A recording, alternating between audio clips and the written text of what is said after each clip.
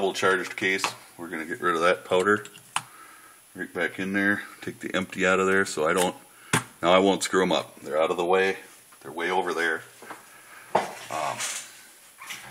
So I was asked one time, what do you do with the powder that's left in your hopper? Now I'm going to continue off camera reloading the rest. I've got another 150 cases here to reload.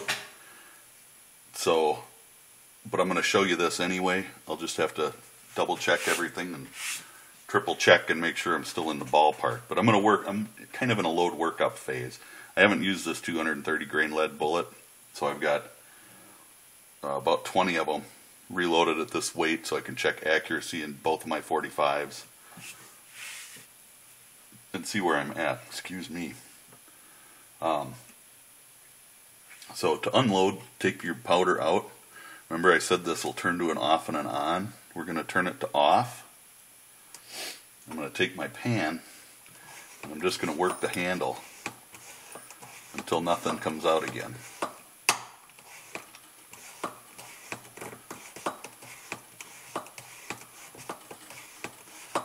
My powder measure is getting a little stiff. I've never lubricated it or anything, never really had a problem with it. We'll just pour that back in the top. I'm going to take my Unique. Now I've got this is all empty down here, and this is set off, so I can just pull it off. I stick it in there, and I turn it back on while it's in the jug. And hopefully you can see the powder level going down. You want to make sure that whenever you change powder that you make sure you're darn empty. And everything is empty. You don't need to go so far as to take it apart, but you want to make sure. That's why the first few charges when I change powder just go back in. Empty. There's a certain way that this has to go on because it's over farther on that side, because your handle when you bring it up will hit it if you got it on backwards. So we'll just leave it in the on position. I'll put my cap back on and put my powder up here again. And now I'm ready to change. If I change powders, the Unique gets put away and the new powder comes out. I never have two powders on my bench at the same time, ever. So I'll be back in a minute. I'm going to move the camera and we'll put some lead in. Alright, thanks for watching. Now we're ready to put some lead in. I have my bullets. Whole pile of them. A couple hundred of them anyway. They're in a little... my little Tupperware here. So I've got them nearby. I've got an empty tray to put my completed bullets in. I've got my press set up for seating and crimping at the same time. So the first thing I want to do is I want to take my charged case. This has powder, so be gentle. If you spill any powder, dump it. Start over. I've got my charged case in there. We'll set our bullet in there. Oh, come on. Might not have flared that one quite enough. But that's okay. I'm gonna give it a little bit and just make sure I'm not shearing any lead off of there. And then I'm going to go ahead and go down all the way and push, give it a little good push, because you're seating and crimping. And there we go. And we're looking for a length of 1.27. So let's zero our calipers. 1.270. So my setup is still exactly where I want it. I'm going to measure probably the first 5 that I load. I'm going to do 20 with this, and then I'll be back and I'm going to show you some of the novelty bullets. I'm going to load them all with the same.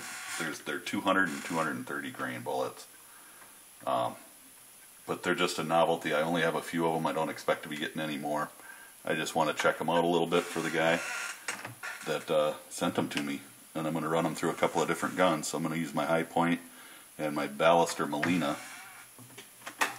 Seat that one, and we'll check it. Like I said, I'm going to check a few of them. Well, 1.267. We're still okay. We're not too terribly bad. If this one comes up a little shy, I'll pull my stem out just a little bit.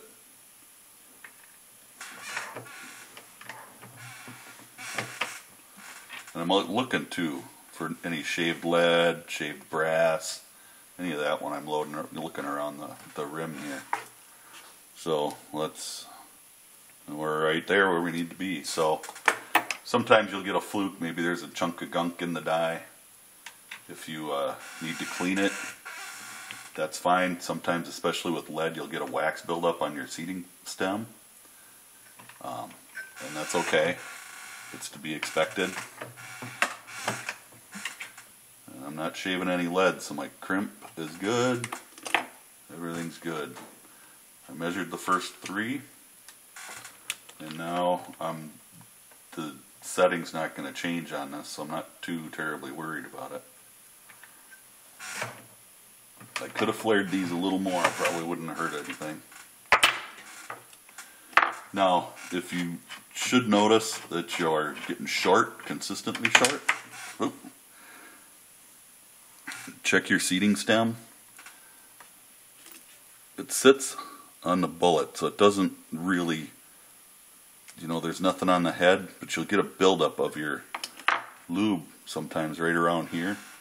And it's real easy. Just take a rag and kind of go around it a little bit, and you'll be fine. To reset it, just like we showed you before, take your dummy round, your setup round that has no primer in it and that you marked for length. Take that, just run it up, run your seating stem down until it touches the bullet.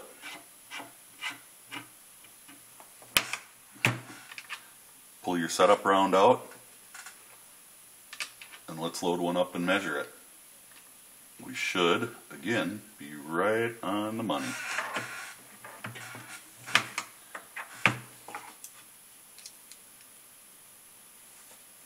I don't think I could ask for better than that. 1.270. So, I'm going to finish. Actually, let's do one of these novelty bullets. This one's threaded, so it should like screw in. It's got a lube groove in it, and they came to me lubed and ready to load. So let's put one in. We're going to load to the same depth. Load with the same charge. This particular one, these threaded ones, came up at 230 grains, so we should be right on the money for them. And they just look cool as heck.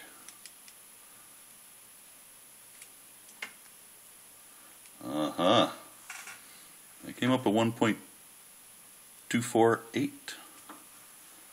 So I will probably pull that one because that's pretty short. And I'll have to do something else with the press to get it to do those. Let's try one of the cross ones here, because I need something that'll push on the top, and it might mean just, sticking something in my die for the time being, just to get it to seat it the way I want it. And I may have to seat and crimp in separate stages just for these. This one should be okay. I'm just going to start it in because it doesn't sit in there quite as well. So, get that loaded up. Well, 1.261. I'll probably pull that too. Try one of these button heads. They're just cool as heck. I don't know. I like these button heads. They're my favorite ones, I think. They sent me some other ones that are pretty cool too. So these should actually go okay.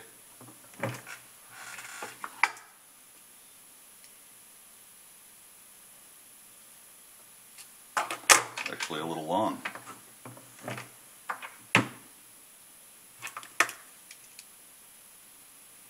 Yeah, see, it came up a little long. So I'm going to have to do these separate. I'm going to load up the rest. I've got 20 of these 230 grain lead bullets. I'm going to get them loaded up. You pretty much saw everything that's going to happen. To pull a bullet, you're going to need one of these. This is called a kinetic bullet puller. To use it, unscrew the top. You get a little collar in there. That collar fits around the rim of the case. And you set it back in, set this in, and you smack it on your table. So this is going to be loud. You'll have to smack it a few times because that bullet's seated and crimped. So watch your ears. There we go. Fell out. Lead and powder are all inside the hammer. What I have left on top here is my empty case, which will pop out of the collar. And some place to dump this. Ooh, better wipe that out first. I want to contaminate my powder, since I'm going to obviously got 3 of them to do. Then we'll just dump that in there. Alright.